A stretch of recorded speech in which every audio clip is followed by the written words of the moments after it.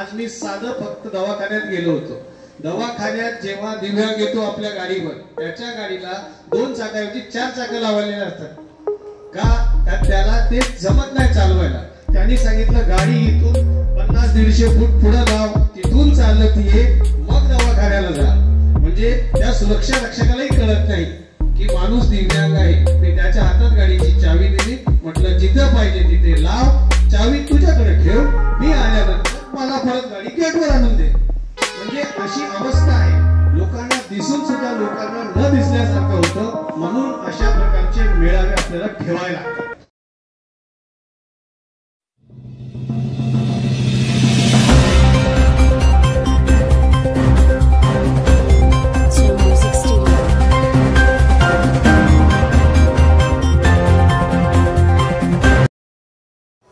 नमस्कार, आदाब। मैं S Syed, heart of Mumbai news channel में आप सभी का स्वागत है।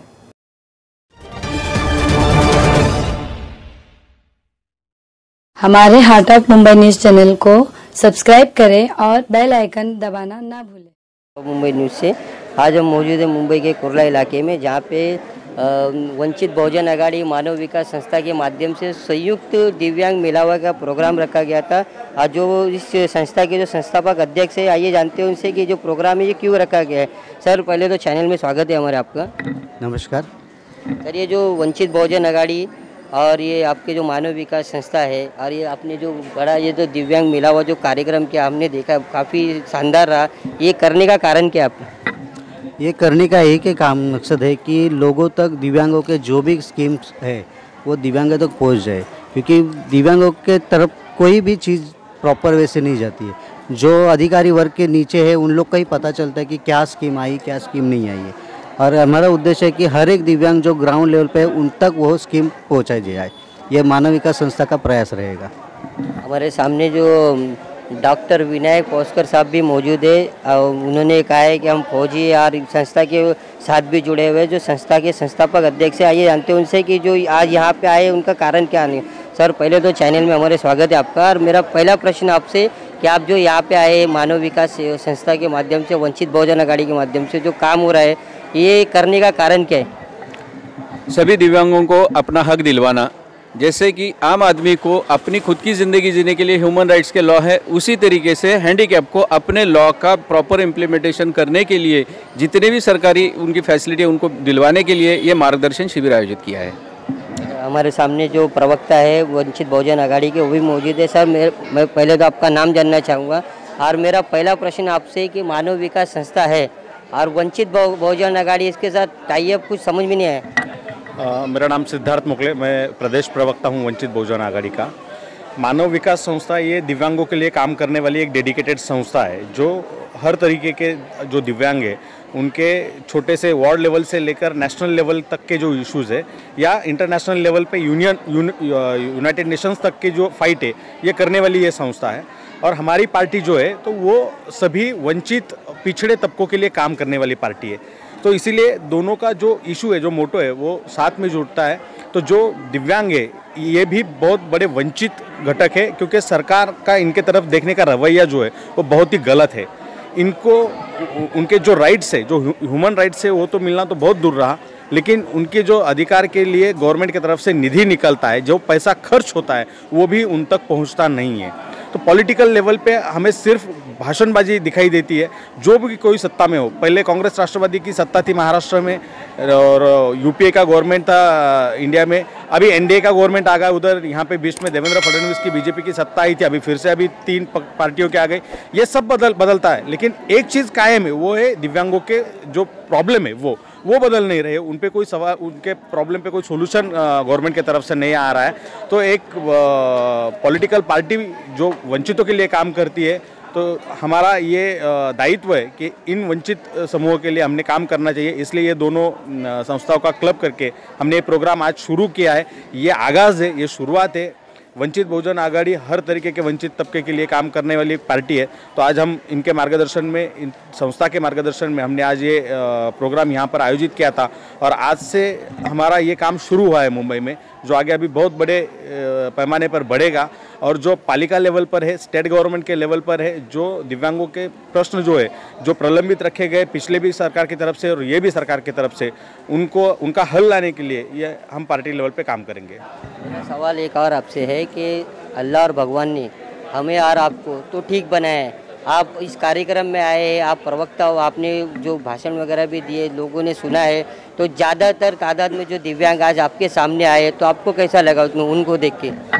नहीं, देखिए, दिव्यांगों के साथ पहले से कुछ ना कुछ मेरा किसी और संस्था के माध्यम से हो या ताल्लुकात आते रहते, तो उनके प्रॉब्लम मैं जानता हूँ।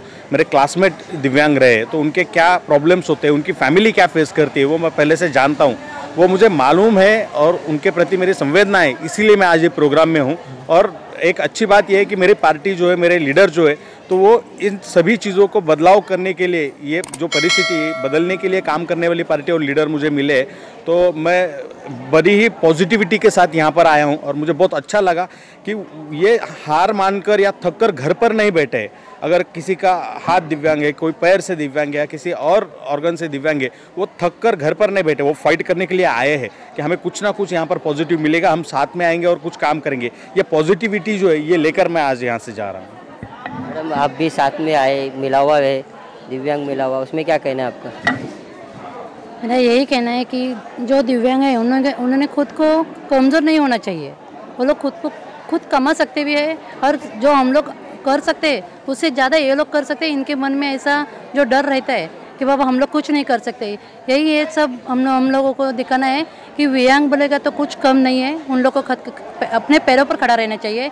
यही हमारी मानव विकास संस्था का और वंचित बहुजन आघाड़ी की मैं जिलाध्यक्ष, ये हम लोग सब जगह जगह पे ये प्रोग्राम लेने वाले हैं और उन लोग को स्वावलंबी करने वाले हैं। बस यही करना चाहते हैं। नमस्कार। हमने अभी आपका भी जो भी भाषण वगैरह सुना है, लोगों से आप बातें जो कर रहे थे, बहुत से इश्यूज वगैरह है जो दिव्यांगों को, उस पर क्या कहना है आपका? दिव्यांगों को एक राजनीतिक तौर पे सक्षम लोगों की ज़रूरत है। जो यहाँ पे हमने बहुजन वंचित आघाड़ी के साथ देखा, दिव्यांगों के लिए योजनाएं जन्म लेती हैं और दम तोड़ देती है, लेकिन दिव्यांगों तक नहीं पहुँचती है। तो ये इसके बीच का जन्म लेने से दम तोड़ने तक का जो संघर्ष है, इसके बीच की जो अवधि में अगर कोई राजनीतिक पार्टी उनके साथ खड़ी रहे, जैसे अभी बहुजन वंचित आघाड़ी के प्रवक्ता थे सिद्धार्थ जी या जिला अध्यक्ष या तालुका अध्यक्ष, उन्होंने जिस तरह से एक आश्वासन दिया और एक हिम्मत बढ़ाई कि आज के बाद दिव्यांगों के साथ वो खड़े रहेंगे, तो उस चीज़ के लिए और उस चीज़ के बाद दिव्यांगों का यहाँ पे जो संघर्ष है, ये 100% न सही, लेकिन एक 50 से 60% जो संघर्ष कम हो जाएगा, ये हमारा उद्देश्य इस दिव्यांग मेलावे से था।